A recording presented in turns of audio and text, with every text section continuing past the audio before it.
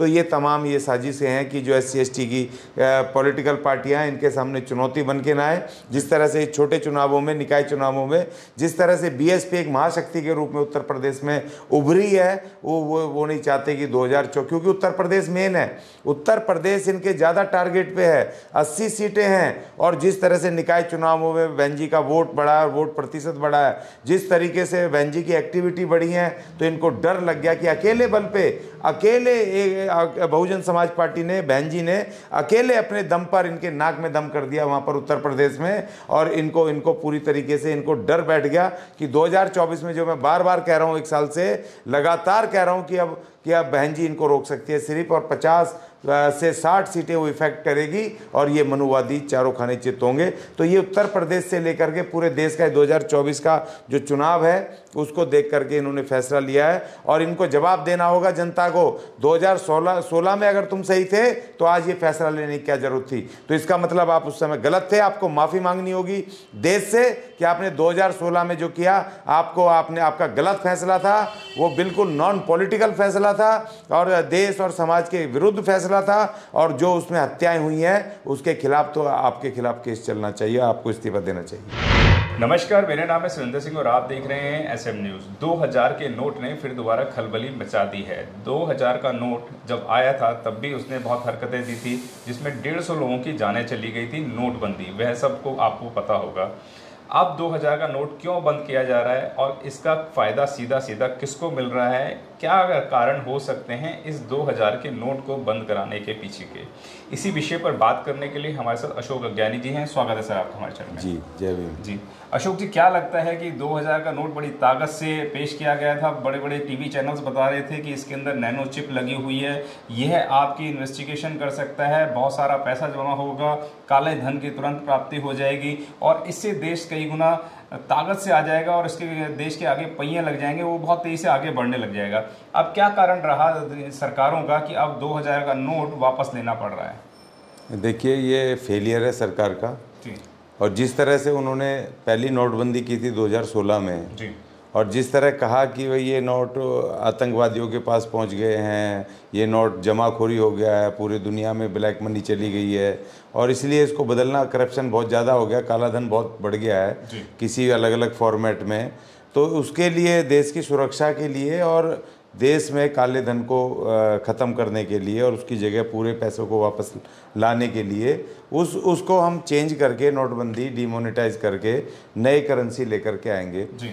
और जब ये सवाल उठे थे, बहुत बारी विपक्ष ने भी पूछा था कि भाई 2000 का नोट क्या मतलब है, 1000 का आप बंद कर रहे हो, 1000 की जगह आप 2000 का कर रहे हो, तो उससे तो ब्लैक मनी और बढ़ेगी। मगर इन्होंने तर्क दिए, नहीं ये 2000 के नोट से नहीं बनेगी, चिप वगैरह पता नहीं क्या क्या पूरे मीडिया ने तब बताया। तो इनका फेलियर है। और जो 500 से ज़्यादा लोग मरे, लाइन में लग करके जो मरे, अब उनकी हत्या का केस इस सरकार के ऊपर चलना चाहिए। उन तमाम लोगों के ऊपर चलना चाहिए जो कैबिनेट में थे, जिन्होंने इस फैसले का समर्थन किया या इस फैसले को जिन्होंने बड़ी मजबूती के साथ बताया जी बड़ा अच्छा फैसला है नोटबंदी का। जिनके परिवार बर्बाद हो गए, जिनके लोग मर गए लाइनों में खड़े हुए, जिनकी शादियां टूट गई, जो लोग भूखे हो गए, बिल्कुल पैसे बर्बाद हो गए उनके। मैंने देखा रिक्शे वाले, जब जिनके पास रिक्शे वाले, वो जो मज़दूर हैं जिनके पास, जो दिल्ली के बाहर से काम करने आते हैं, जिनके पास बैंक अकाउंट नहीं था, उनके 10-10, 15-15, 20-20 हज़ार रुपये जो उन्होंने जमा किए थे साल में, 2 साल में, अपने घर भेजने को, मकान बनाने को, बहन बेटी की शादियों को, रो रहे थे खून के आंसू कि इसको क्या करें। बैंक वाले कह रहे थे कि भाई अपना लाओ, बैंक का खाता लाओ, जिसका बैंक का खाता होगा उसी खाते में वो चेंज होंगे। वो रो रहे थे वहाँ पर कि क्या करें। उन्होंने उनको आत्महत्या करने का कह रहे जी हमारा मन हो रहा, हम क्या करें, क्योंकि एक 10-10, 20-20 रुपये जमा करके 2 साल 3 साल की कमाई थी। तो ये तमाम उन तकलीफ़ों के विरुद्ध, उन हत्याओं के खिलाफ, इनके खिलाफ उनके सरकार में इसका हत्या का केस चलना चाहिए। और दूसरी बात, सरकार को, प्रधानमंत्री को इस्तीफा देना चाहिए। आज भी आप जब आपने तर्क दिए थे, आज जुम्मा आज 2016 से लेकर 23, 6-7 साल में आप कह रहे हो कि जी और 2000 के नोट से काला धन हो गया, करप्शन बढ़ गया। तो इसका मतलब आप उस समय गलत थे और आज भी आप गलत हो कि आप इसके बहाने से, क्योंकि 2024 का चुनाव आ रहा है और 2024 के चुनाव में जो विपक्ष, इनको भी पैसा चाहिए और जो विपक्षी दलों के जो जो जो लोग पार्टियां हैं उनको चंदा ना मिल पाए, उनको आर्थिक कमज़ोर करने के कारण उनको ये सब नोटबंदी है, 2000 के नोट ये बंद किए जा रहे हैं और जिससे कि ब्लैकमेल करेंगे। देखिए आपने बंद क्यों नहीं करा, रातों रात बंद करते हैं ना ओवरनाइट। जैसे आप आए थे 8 सितंबर को 2016 को, आपने आकर के बोल दिया कि जी आज 12 बजे से आप बंद हो गए, ये अब लीगल टेंडर नहीं रहेंगे। तो अब आपने आज क्यों नहीं कहा, आपने 30 सितंबर का क्यों टाइम दिया? आपने पूरे 120 दिन, 3 महीने 4 महीने का टाइम दे दिया और उस दौरान आप कह रहे हो जी नोट ये सब चेंज हो जाएंगे। उस समय भी 500 करोड़ रुपए की शादियां हुई थी नोटबंदी में, जबकि यहाँ पर लोग भूखे मर रहे थे और ये सेठ, धन्ना सेठ 500 करोड़ रुपए की पैसे खर्च कर रहे थे। उनके पास कहाँ से आ रहे थे? मालदारों को, जो इनके अपने पूंजीपति हैं, जो इनके लोग हैं, उनके तो घरों में नोट पहुँच जाएंगे, बैंक पहुँचा देगा। लेकिन जो हमारे जो गरीब मजदूर हैं, जिनके पास थोड़े बहुत पैसे हैं, 2000 रुपये सिर्फ लालाओं के पास नहीं है, 2000 के पैसे कुछ हम गरीब मजदूरों के पास, मिडिल क्लास के पास भी हैं। उनको आप फिर दोबारा से लाइनों में खड़े करोगे, उनको फिर दोबारा से आप ब्लैकमेल कर रहे हो, उनको फिर दोबारा से आप तकलीफ में लाने की कोशिश कर रहे हो। ये रास्ता नहीं है, ये बिल्कुल डिक्टेटरशिप है, ये तानाशाही है और ये ऐसे फैसले हैं जो जनता को बर्बाद करने वाले फैसले हैं। आज जहाँ देखो इतनी महंगाई चरम पे है, ये उस नोटबंदी की सबसे बड़ी देन है महंगाई, क्योंकि जैसे ही धन मार्केट से गायब होगा वैसे ही अपना महंगाई बढ़ेगी, अपने आप उछाल मारेगी। आप फिर दोबारा से उसको कर रहे हो और ये पॉलिटिकल फैसला है पूरी तरीके से, जिससे जनता भी पिसेगी, विपक्षी दल भी पिसेंगे और सबसे ज़्यादा हमारे जो SC ST की जो पॉलिटिकल पार्टियाँ हैं, जिसमें विशेष रूप से हमारी BSP है, बहुजन समाज पार्टी, उसको जब सबसे ज़्यादा जो कि फाइनेंशियल चाहिए होता है, तो वो जो बड़े पूंजीपति हैं या कॉरपोरेट्स हैं वही तो पैसा देते हैं। अब ये तो ले रहे हैं, दूसरे फॉर्मेट में ले रहे हैं और अपना काला धन भी ले रहे हैं। इनको तो कोई पूछने वाला नहीं है, ED इनकी, CBI इनकी, तमाम इनके। तो ये तमाम ये साजिशें हैं कि जो SC ST की पॉलिटिकल पार्टियां हैं, इनके सामने चुनौती बन के ना आए।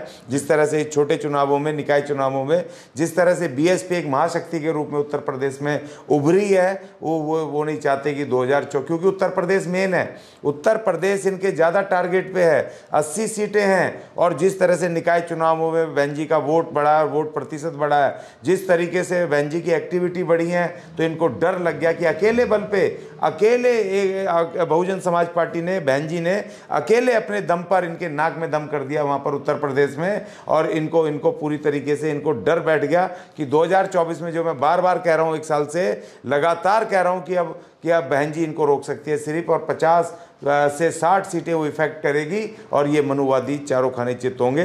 तो ये उत्तर प्रदेश से लेकर के पूरे देश का 2024 का जो चुनाव है उसको देख करके इन्होंने फैसला लिया है और इनको जवाब देना होगा जनता को। 2016 में अगर तुम सही थे तो आज ये फैसला लेने की क्या जरूरत थी? तो इसका मतलब आप उस समय गलत थे, आपको माफ़ी मांगनी होगी देश से कि आपने 2016 में जो किया, आपका गलत फैसला था, वो बिल्कुल नॉन पॉलिटिकल फैसला था और देश और समाज के विरुद्ध फैसला था। और जो उसमें हत्याएं हुई हैं उसके खिलाफ तो आपके खिलाफ केस चलना चाहिए, आपको इस्तीफा देना चाहिए। जी, आप हर बात को बहन जी पे ले जाते हैं, बसपा सुप्रीमो पे ले जाते हैं, बहन जी की जीत को दिखाते हैं, लेकिन बहन जी इस वक्त निकाय के चुनावों में बहुत अच्छे परिणाम नहीं आए हैं। और नोटबंदी एक प्रशासनिक तरीके से फैसला लिया गया है ताकि देश के अंदर करप्शन कम हो सके, काला धन जो है वह वापस आ सके, लोगों ने जो इधर उधर पैसा फंसाया हुआ है वह रिकवरी हो सके। इस तरीके से नोटबंदी और ये 2000 के नोटों को वापसी लिया जा रहा है। आप अपने आकलन से बसपा को जोड़ देते हैं, क्या कारण है? देखिए, सवाल इस बात का, मैं एक पॉलिटिकल आदमी और मैं एनालिसिस करता हूँ पूरे उसका। जी, जब मैंने उत्तर प्रदेश का चुनाव देखा तो देखिए इस समय जो लोग बीजेपी के जश्न मना रहे थे जीत का, लेकिन बीजेपी तो जीती ही नहीं वहाँ पर। वहाँ तो ज़्यादातर इंडिपेंडेंट लोग जीते हैं, संविधान की जीत हुई है। बाबा साहब ने जो संविधान में इंडिपेंडेंट लड़ने का अधिकार दिया था, इस बार पहली बार देश में हुआ है कि जो वहाँ पर पार्टी सत्ता में है उससे ज़्यादा जो इंडिपेंडेंट लोग हैं वो वहाँ पर जीते हैं। और दूसरी बात ये कि वहाँ पर जो पार्टियाँ इकट्ठी लड़ रही थी, एक तो बीजेपी लड़ रही थी, महाशक्तिशाली पार्टी, दूसरा जो एक अलायंस लड़ रहा था वहाँ समाजवादी पार्टी के, उसमें जो अपने आप को ताकतवर कह रहा है, उसमें दूसरी आरएलडी भी है और एक हमारी भी एक SC/ST की कोई एक पार्टी है हमारी, उसमें वो भी लड़ रही है और भी कई सारी पार्टियां लड़ रही हैं और बहन जी अकेले लड़ रही है।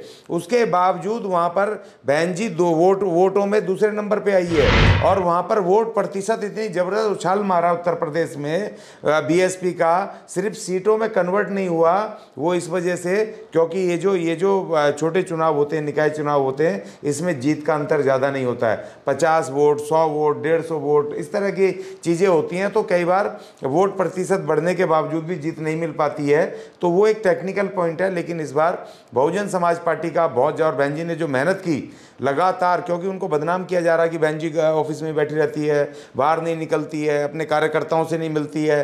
बहन जी ने जो पिछले 3 महीने के अंदर जिस तरीके से उन्होंने कहा चलो गांव की ओर, जो उन्होंने नारा दिया, उनके कार्यकर्ता पहुंचे, जिस तरह से उन्होंने अपने उसमें संगठन में चेंजेस करके प्रदेश अध्यक्ष बदला और जिस तरीके से उन्होंने जो कमज़ोर OBC की पार्टियाँ वो थी, जातियाँ थी जो आर्थिक कमज़ोर हैं, उनको जोड़ा, जिस तरह से, मैं तो बड़ा खुश हूँ कि जो हम चिल्ला रहे थे कि बहन जी ने इस बार वहाँ वाल्मीकि समाज को बहुत ज़बरदस्त टिकट दिए हैं, जनरल सीटों पे टिकट दिए हैं। और सबसे बड़ी बात ये देखिए, जो आगरा का जो वो मंडल है, वहाँ पर मेयर के चुनाव में 17 सीटों में से एक सीट चौथे 5वें राउंड तक वहाँ पर डॉक्टर लता वाल्मीकि नंबर 1 पे चलती रही। 20,000 से ज़्यादा की लीड थी और 2 लाख से ज़्यादा का वोट वहाँ मिला, आगरा मंडल में मिला है बहुजन समाज पार्टी की कैंडिडेट डॉक्टर लता वाल्मीकि।